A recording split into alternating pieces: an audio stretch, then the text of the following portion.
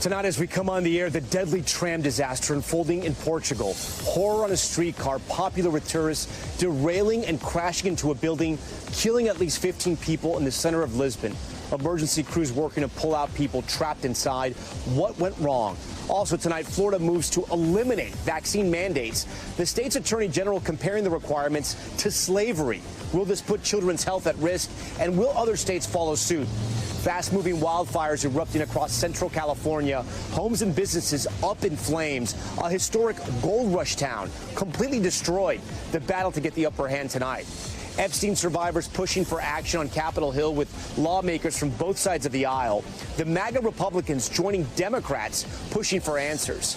A woman scammed out of $60,000 confronting an alleged con man that tends face-to-face after she was tricked into thinking she was helping a retired veteran and his injured dog. How did this image appear to show murder suspect Luigi Mangione modeling a T-shirt end up on a fast fashion website? We're asking those questions tonight. And the heroic rescue caught on camera, a family saved from their overturned car after getting trapped in rushing floodwaters, their incredible escape. Plus, just in 24 hours from now, the NFL season kicks off right here in Philadelphia. The Super Bowl winning Eagles taking on the Cowboys, the new rules and technology this season, and the question on everyone's mind, will Taylor Swift perform at the halftime show? Top story starts right now.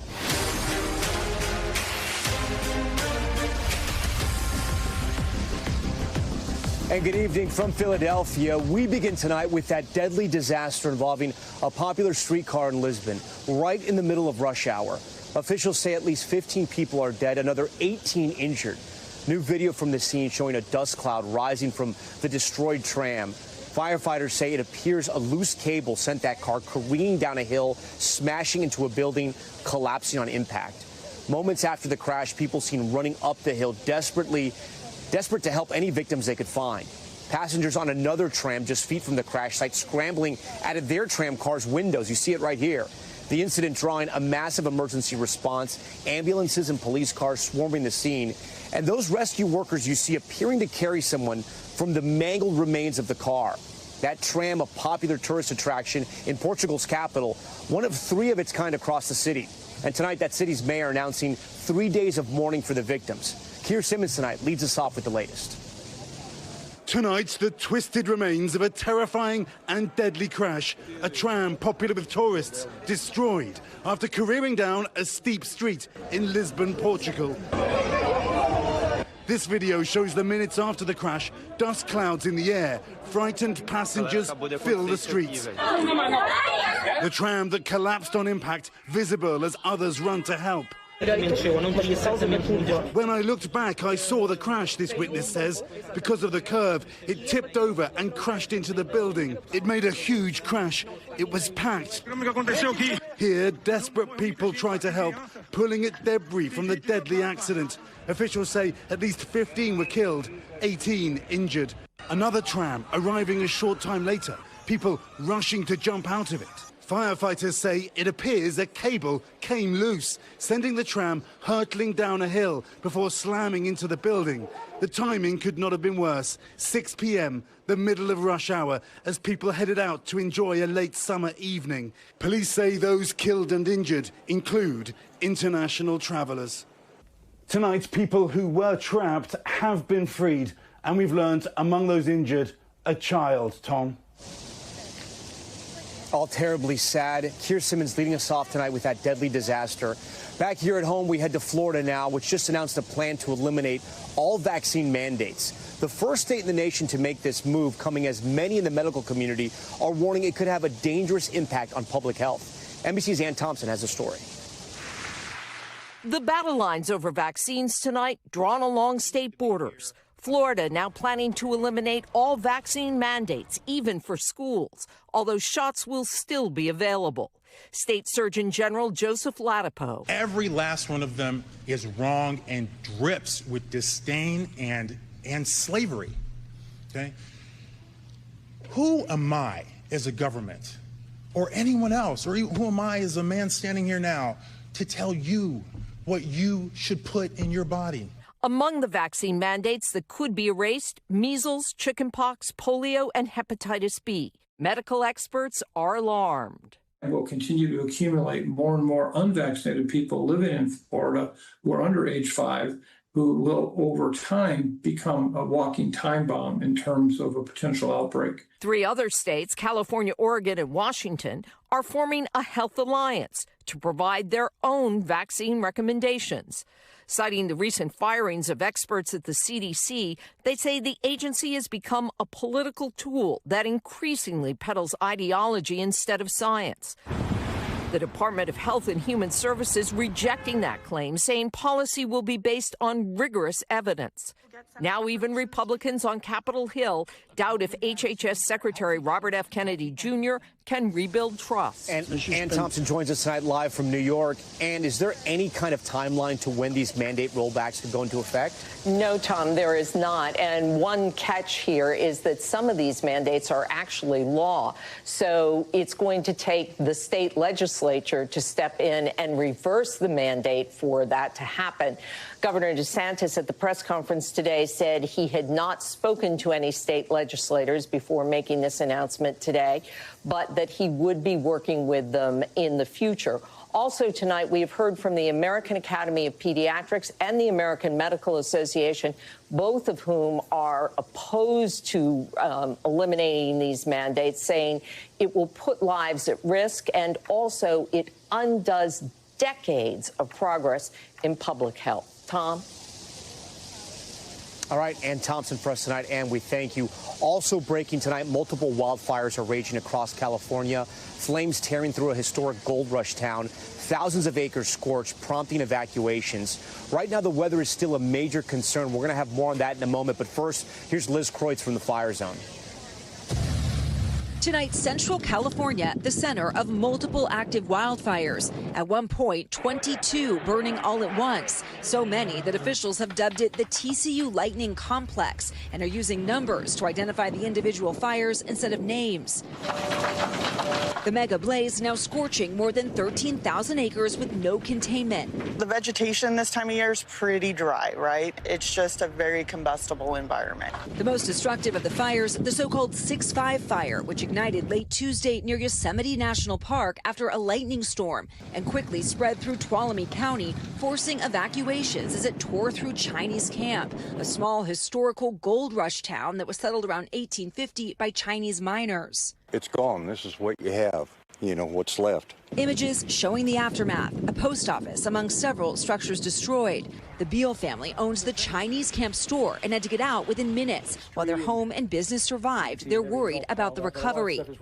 What is it like to see so much of the town destroyed? I just feel so bad when I see on the news. I just really want to cry. It's all my fan. The fire among dozens of blazes burning across the state amid dry, hot, and in some places stormy conditions that prompted 10,000 different lightning strikes Tuesday. In Los Angeles, firefighters last night rushing to stop a brush fire threatening homes in the Hollywood Hills, water drops helping to knock it down. Meanwhile, in Washington state, the rattlesnake fire burning over 4,000 acres. This, the stunning view from a U.S. Air Force plane dropping retardant over the flames as fire danger continues across the West. All right, with that, Liz Kreutz joins us tonight from Chinese Camp, California. Liz, as you know, we were just there last week. I saw those dry conditions up close. Are firefighters making any progress getting these fires in the region contained? I mean, Tom, they're certainly working on it. There are hundreds of firefighters right now battling this complex, let alone all of the fires across the state. Right now, this complex remains 0% contained, according to the latest update from CAL FIRE. There's no active fire burning in this town right now. This is Chinese Camp, the Gold Rush town, but a lot of destruction. This was a historic Wells Fargo, the original post office in the town that is burned. And this is one of many of the historical structures. This is a home built in the 1800s that is now destroyed, and officials are telling us at risk of potentially collapsing and crumbling. So right now, this entire town remains evacuated. There is no power and still more fires raging across the region, Tom.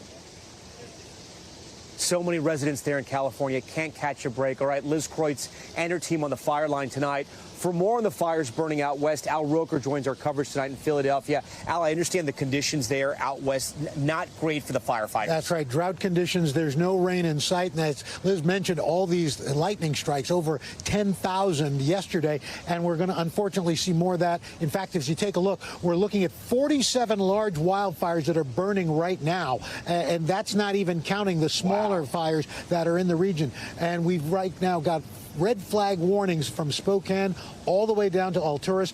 A lot of lightning still, Tom, going to be a big problem. But the problem with that is it's dry lightning. Those are the strikes that cause the wildfires with almost no rain attached. Yeah, incredible when you see all those fires out west. Yeah. All right, we're going to take a turn now. We are here in Philadelphia for the NFL kickoff. Big game tomorrow. We have beautiful skies tonight. Might be a different story tomorrow, though, Al, right? There is a change coming. We've got a frontal system that's pushing in that's going to bring much cooler air from the Great Lakes all the way into the Midwest and then here into the Northeast. Low severe risk, but brief downpours possible. As this moves into Thursday night, you're going to be looking at those stronger storms. Probably second half of the game, we'll see some problems there, Tom. Okay, could make for an interesting game. But that's right. In fact, and here's the forecast for you. Okay. Showers likely, 74 degrees. All right, there you go. And one more bit of news. We're tracking a hurricane out west. That's right. We've got Kiko right now, Hurricane Kiko. And this system right now, Category 4 storm, it'll probably weaken. However, as it moves its way to the west, it's probably going to threaten Hawaii sometime next week as we watch that. But we've also got some activity out in the tropics in the Atlantic. We could be looking at this area, this development zone, could be upwards of 80% of a chance of development, likely later this week. If it does become a tropical system, Tom, it's going to be Gabrielle. Okay, you're going to stay busy all week. Al, we appreciate you being here tonight. You bet. Next, we want to turn to Washington and another twist in the battle over the Epstein documents. Survivors of Jeffrey Epstein and Ghislaine Maxwell's abuse appearing on Capitol Hill today as Democrats and some Trump allies banded together in a push for all the documents to be made public. NBC's Hallie Jackson has that report. A rally tonight and a rallying cry. We will never be silenced again. On Capitol Hill, pressure building on GOP leadership to back the release of more Epstein documents in a rare alliance between MAGA allies and Trump foes. What if this was your sister? What if this was your daughter? Republican Thomas Massie and Democrat Ro Khanna leading the effort to get enough signatures to force a vote to compel the DOJ to release all files. 3 Republican women splitting with the rest of their party so far to back it. One leaving a meeting with survivors visibly emotional. Nancy Mace, who shared her own story of sexual assault, later saying she had a panic attack after listening to their stories.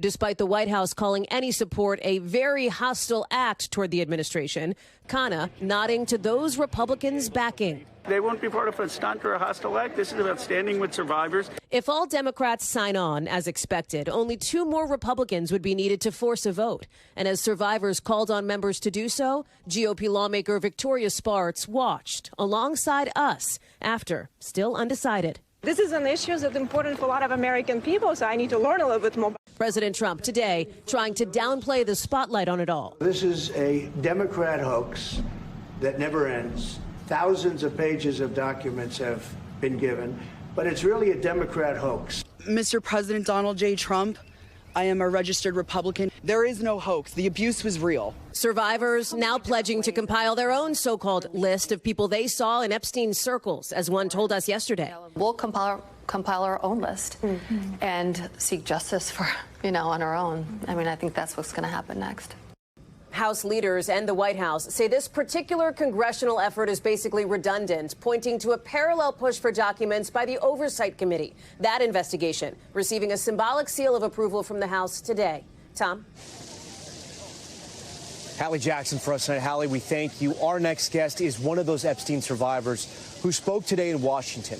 Joining us tonight here on Top Story is Annie Farmer, who was just 16 years old when she was flown to New Mexico to spend a weekend with Epstein and Maxwell and was abused. Annie, we thank you for joining us tonight. I do want to play some of what you said at the news conference on Capitol Hill, and we'll talk more on the other side. Let's take a listen.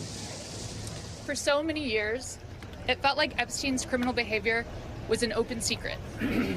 Not only did many others participate in the abuse, it is clear that many were aware of his interest in girls and very young women and chose to look the other way because it benefited them to do so. Passing this Epstein transparency bill is one important step that can be taken to prove to Americans that the government does not side with sexual perpetrators. Annie, some of our viewers may be watching this, watching everything that's happened over the last few months, and they may ask themselves, Epstein is now dead, right? He killed himself in prison. Ghislaine Maxwell is locked up behind bars, and yet you and the other victims, the other survivors, your struggle continues every single day. Why are you still fighting there on Capitol Hill now? Yeah, I think that there's so much that we have so many questions that have never been answered for us. So we're fighting because there are still people that were involved in these crimes that have never been held accountable. And I think people spoke to so many reasons why it would be helpful for us individually to have this information, but also for the American people, because there have been systematic failures over and over again in this case that need to be addressed. And if we don't really understand what happened, how can we prevent those from happening again? And how can we keep children safe in the future? And then, Annie, you and some of the other survivors are looking to compile your own client list. We heard that in Hallie's report. How do you plan to go about doing that, and what do you plan to do with that information?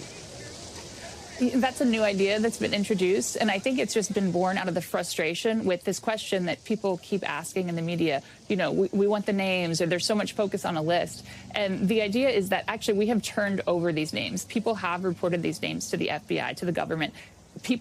These names are known, and they're not just people that participated in the abuse, but also the people that helped this operation continue, that enabled it, that financed it. And so, I think it's important to understand that we are demanding accountability, and that if nothing is done, that some of these names, we have them and they could be released.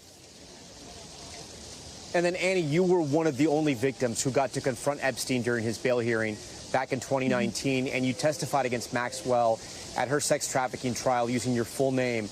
Did you ever expect years later you would still have to be speaking out and advocating for yourself and other victims? No, I did not think that we would still be talking about this the way we are, but I know why. It's because we still haven't gotten answers. I mean, what's unfolded recently with Ghislaine Maxwell was a huge shock. The fact that she was given a platform and brought in for questioning the way that she was, and even more disturbing that she was, transferred to this prison camp, something that's completely unprecedented for someone like herself that's committed these types of sex crimes. So, I did not expect that we would be here, but we're here and we are not going anywhere. I know you reached out to the Department of Justice and Deputy Attorney General Todd Blanche when you found out he was sitting down with Maxwell. Did you ever hear back from anyone? I have not. And then you heard President Trump today put out that message that a lot of this is all a hoax. What do you say to that? Yeah, I mean, listen, I think his people that were very fundamental to his campaign got people fired up about this issue. It did not seem at that time that they believed it was a hoax. Even once he had taken office, people in his in his administration were saying, we have these files will be released. So at that time, it did not seem that they believed it was a hoax. When we were meeting yesterday with members of the House Oversight Committee, they said that was one of the most well-attended meetings that they had ever had. And someone said something similar at the press conference today. I think that turnout by lawmakers, by the media, is because of the interest that the American people have in this. And it's overwhelming that they support transparency and they support us in this fight. So I don't believe they think it's a hoax, and I'm not sure why he continues that narrative. If you could talk to President Trump, what would you tell him? I would tell him to do the right thing. I think that there's clearly here the right side of history to be on, and that is not protecting perpetrators, not continuing the systematic failures of the government that have happened over and over again here, but actually doing something different, releasing this information. We want to know why was my sister's 1996 FBI report, why was nothing done at that time? I think for those of us seeing so many people that have been harmed since that time, I can't tell you how heartbreaking that is to think, this didn't have to happen. What went wrong? And I think we all deserve those answers. Annie Farmer, I know you've been dealing with this since you were 16 years old. We thank you for coming on Top Story tonight. I know we will stay in touch. Thank you so much, Tom. Staying in Washington as President Trump ramps up his crime crackdown across the country. His latest possible target, New Orleans, saying this about the Big Easy at a news conference today. We're going to be going to maybe Louisiana, and you have New Orleans, which has a crime problem. We'll straighten that out in about 2 weeks. It'll take us 2 weeks, easier than D.C. For more on this, I want to bring in NBC's Peter Alexander from the White House tonight. So, Peter, just yesterday the president was talking about going to Chicago. Now it's shifted to New Orleans. What changed?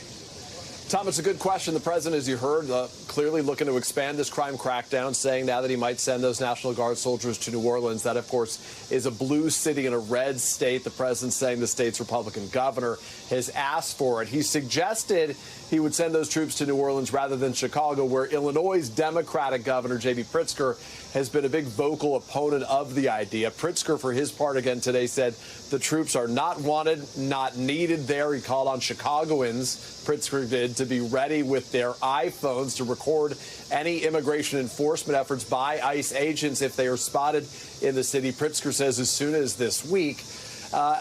We heard from the Vice President, J.D. Vance, today. You'll remember the president yesterday said, we're going in to Chicago. Vance today said there are no immediate plans to send National Guard troops to Chicago. And as it relates to New Orleans, more specifically, that city, Tom, remains among the most dangerous cities in the country.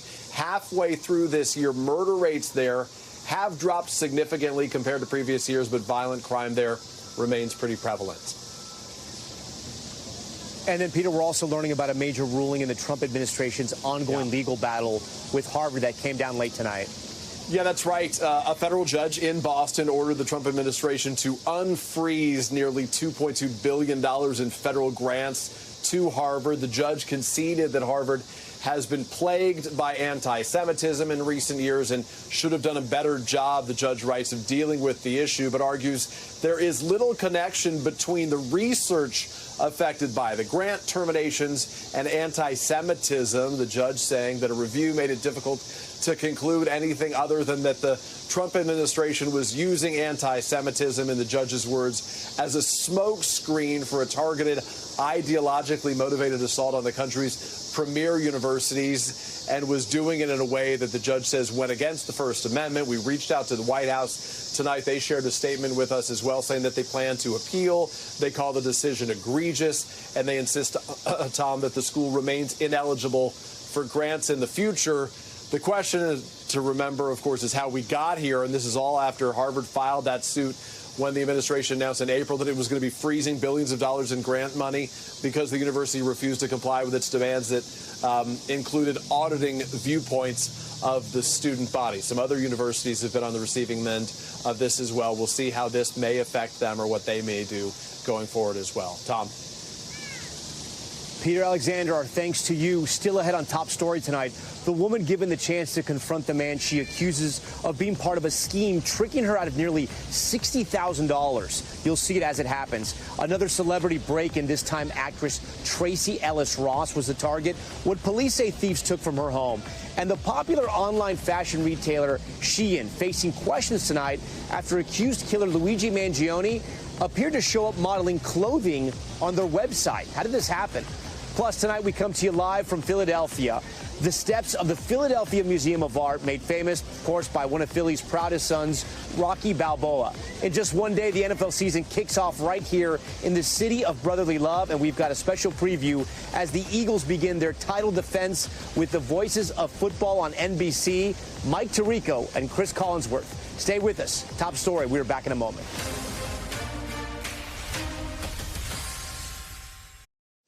We're back now with the confrontation between a 70-year-old woman and the man accused of stealing and spending tens of thousands of dollars of her money that she thought she was sending to a military veteran. NBC's George Solis spoke to the Florida sheriff who brought those two to face-to-face. And looking in her face, how's that make you feel? I feel bad already. I feel bad. You're not looking at me. Face to face. This is a dramatic moment. A 70-year-old Florida woman, out $60,000 in an online scam, confronts the man authorities say played a role in the crime. How many other people did you spend their money? None. That's the only money I got. The Volusia County Sheriff's Office arresting and extraditing 56-year-old Corey Woodall from North Carolina to Florida, where he now faces charges of organized scheme to defraud and grand theft. When you defraud my residents here, we take that really, really serious. Sheriff Mike Chitwood says he wanted to send a clear message with the release of the video of Woodall's arrest. If you scam one of my elderly residents and I could bring your back here, you're coming back to face the music. According to investigators, the scam all started with an email. The victim replying to an ask about raising money for a wounded military dog. The victim under the impression she was in contact with a 4-star general, who eventually asked her to send $30,000 in cash to an address in North Carolina, plus an additional $30,000 in cryptocurrency and gift cards. Authorities in North Carolina and Florida say they tracked the hard cash to Woodall. This is people's lives. You don't have to use a gun to destroy somebody's life. You know, just going out and putting somebody in financial ruin. We have to take these things seriously. Authorities say Woodall spent $30,000 on a lawnmower, trailer, and car, and later reported spending the cash to police in North Carolina in an unusual attempt to cover his tracks, according to investigators, telling authorities he wanted to scam the scammers that sent him the money. As far as tactic goes, how unique is that in your book? That's a first. Woodall remains in custody at the Volusia County Jail on two $30,000 bonds. No information on attorney was available. His alleged victim telling him she wants her money back. Well, I'm going to tell the judge to demand you give me my money back, and I don't care if it comes $1 a week. You're going to pay me back. You heard it right there. George joins us tonight from Miami. And George, they're still looking for the person who posed as the 4-star general? Yeah, that's right, Tom. Sheriff Chitwood saying that he actually sent an email to that individual saying, hey, we're coming to find you, even sending him that confrontation video directly to his inbox. Now, I asked Sheriff Chitwood if that tactic usually helps in trying to find these people that are accused of scamming. He said, no, it doesn't. But frankly, he now knows that he's being hunted, and he's encouraging to turn himself in. Tom? Yeah, and then before you go, that guy could be facing other charges as well, right? Yeah, that suspect that they currently have in custody, well, apparently, according to Sheriff Chitwood there, his girlfriend is apparently part of a larger, is being accused of being a part of a larger money laundering scheme there in North Carolina. So he may very well be heading back there to face charges related to that. And apparently, he also told deputies there in North Carolina the only reason he did this in the first place was that he was actually being manipulated by the Mexican cartel. And that's why he took the money and he spent it in the first place. So there's obviously a lot more investigating that needs to be done on that side. But Sheriff Chitwood's message very loud and clear, Tom, that he wants anyone tied to this initial scam here to be held accountable. Tom. George Solis, our thanks to you. Still ahead tonight on Top Story, the king of all media's uncertain future as the country awaits what's next for shock jock Howard Stern. And the European Union banning a key ingredient commonly used in gel nail polish. It has fans of the nails asking, is the U.S. next?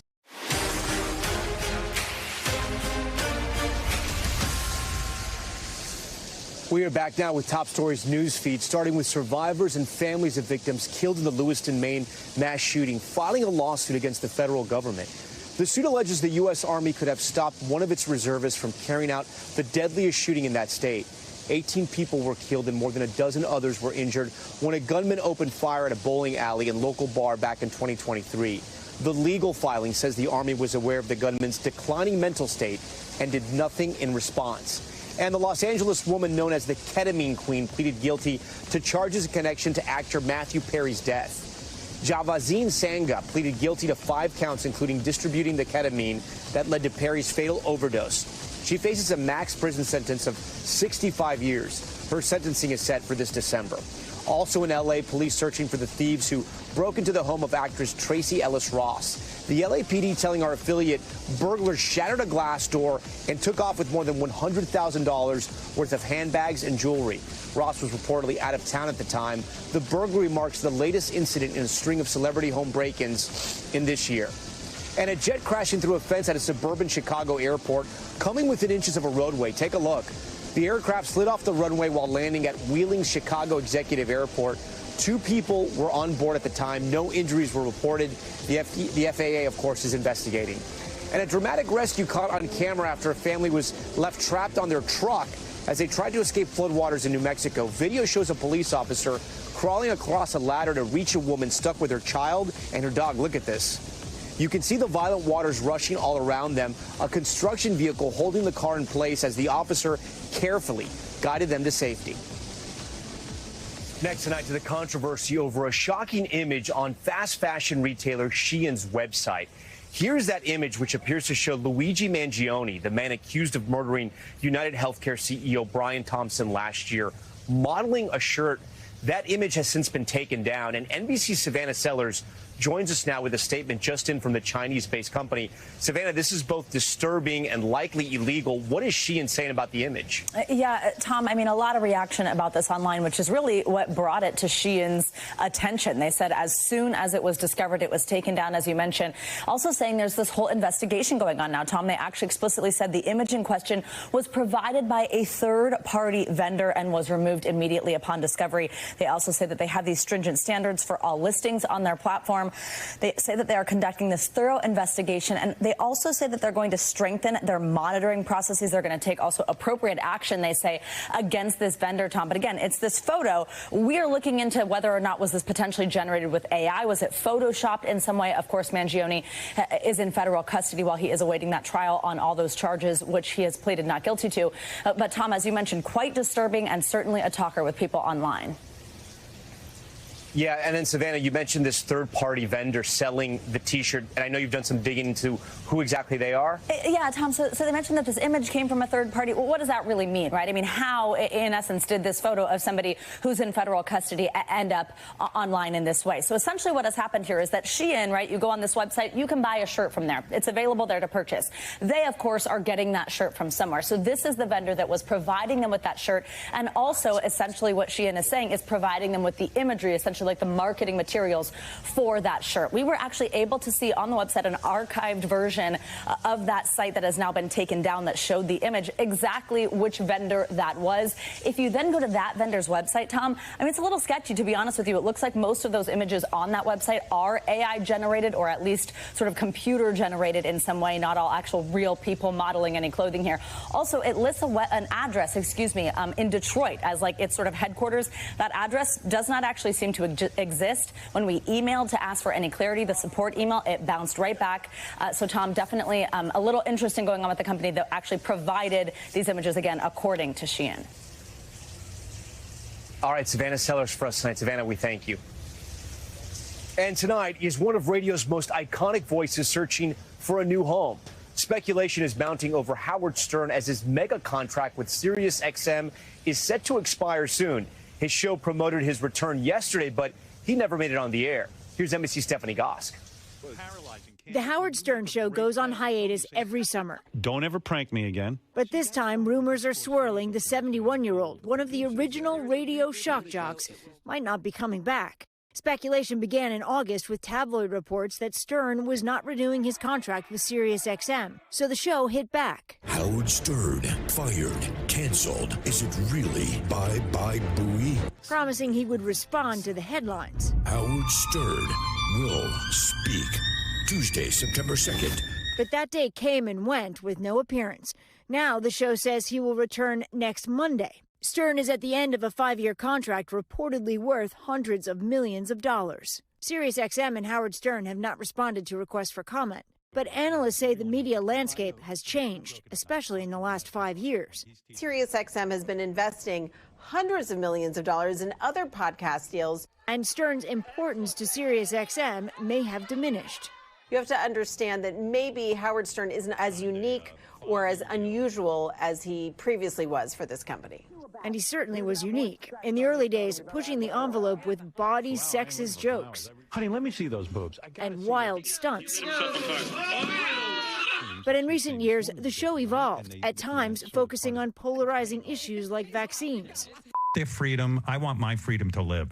And the election. I believe the entire future of this country right now, it's literally on the line. Now his fans, many who have tuned in for decades, are eagerly waiting to hear what Howard Stern will say next. Since Stern signed his contract 5 years ago, SiriusXM has diversified its talent base. They've cut deals with famous podcasters as well as gotten into sports, which media analysts say has made Stern less important to the company. Tom? Stephanie Gosk, we thank you. And when Top Story returns, the defiant show of force overseas, leaders of China, North Korea, and Russia standing side by side for a massive military parade. The conversation caught on a hot mic and what those world leaders were talking about. And the ban in Europe for a certain chemical used in some of those widely popular gel nail polishes. Is it safe to use, and could it happen in the U.S.? Stay with us as our show continues from Philadelphia tonight. We're back now with the show of force in Beijing. Chinese President Xi Jinping, alongside Russian leader Vladimir Putin and North Korea's Kim Jong-un, attending a massive military parade in Tiananmen Square. The gathering of major U.S. rivals and adversaries, prompting a response from President Trump. NBC's Janice Mackey-Frayer has this report from China tonight. Tonight, a choreographed show of force. China's biggest military parade showing off new generation weapons, including nuclear missiles, huge underwater drones, and powerful lasers capped off with doves and balloons. From where we are, 6 square miles are in complete lockdown, with the country and the world watching not only the show, but who's watching it. On the balcony, China's President Xi Jinping, flanked by Russia's Vladimir Putin and North Korea's Kim Jong-un, a first to see the Western adversaries together. At one point, a hot mic picking up a conversation between Putin and Xi. Putin appearing to say human organs can be continuously transplanted. You can achieve immortality. Xi appearing to muse that this century, humans may live up to 150 years.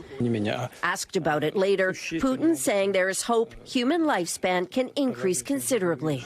The parade highlighting shifting alliances. China, an economic lifeline to both Russia and North Korea.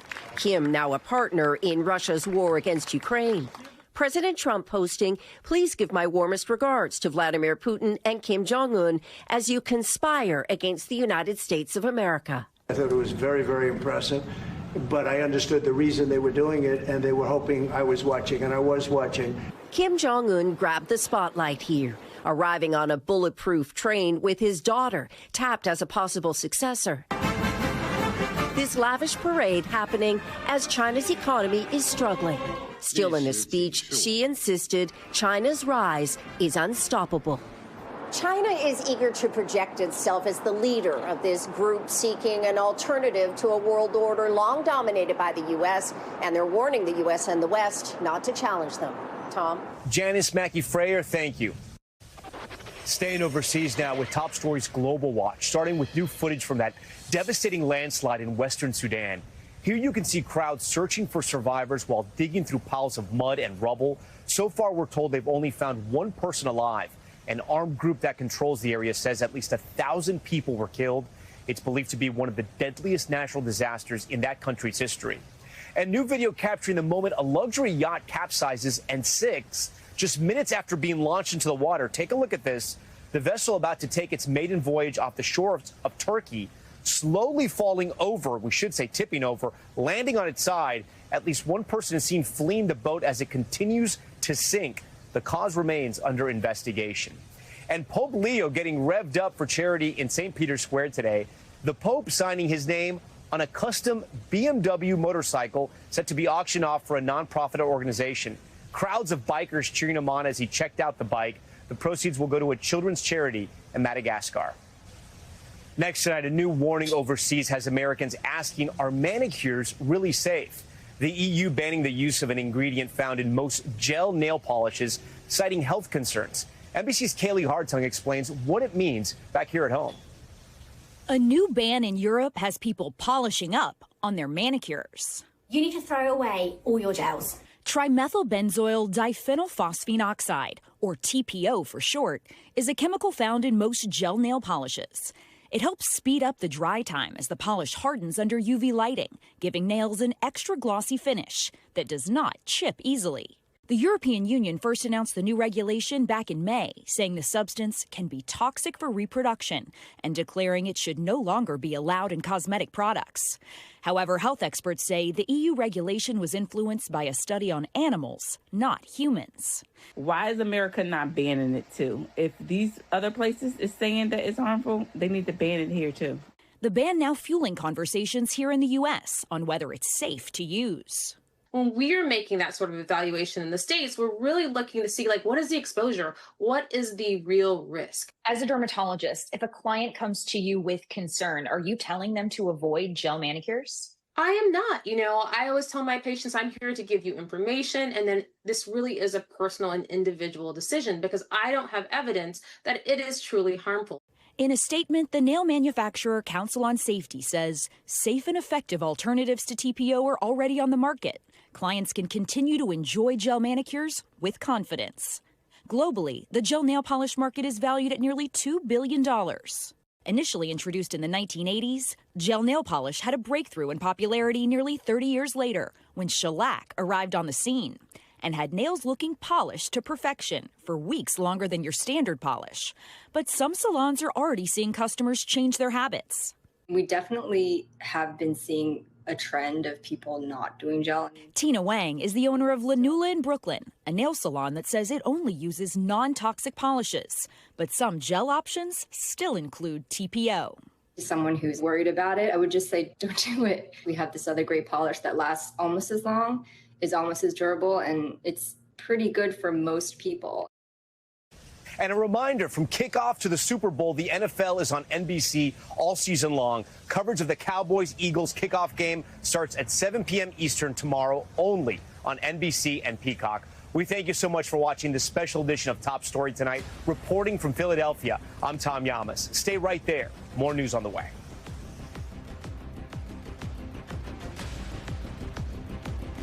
We thank you for watching, and remember, stay updated on breaking news and top stories on the NBC News app or watch live on our YouTube channel.